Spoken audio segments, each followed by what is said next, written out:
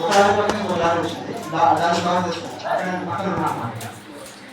ఉన్నప్పుడు ఏమైందంటే లారీ నాకు చాలా దగ్గరగా ఉంది. ఎంత దగ్గరగా అంటే లారీకి చూసినట్లయితే కొన్ని కొన్ని లారీలకి తాడు ఉంటాయి అన్నమాట. తాడు కానీ టైర్లకి రబ్బరు కోసి ఇట్లా తీగలాగా ఇట్లా ఉంటాయి అన్నమాట. అవి ఉంటాయి కొన్ని కొన్ని వాటికి తాడు ఉంటాయి. అవి నాకు తగిలి అయినా కూడా దేవుడు ఏం చేసినట్టే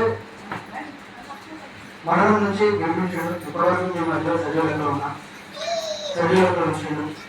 అందులో దేవుని ధన్యవాదాలు చెల్లించుకుంటున్నాను.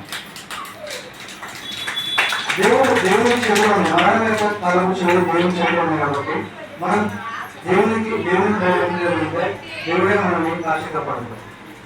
మనం ఎప్పుడైతే మన మరణం వస్తుందో అప్పటి వరకు అంటే దానికంటే ముందు రాకుండా వచ్చే టైంలో ముందు రాకుండా మనం ఎప్పుడైతే దేవుడిని భావించగలుగుతున్నాం దేవుడు మనల్ని మరణం నుంచి విడిపిస్తాడు అనేది నేను విశ్వసిస్తాను.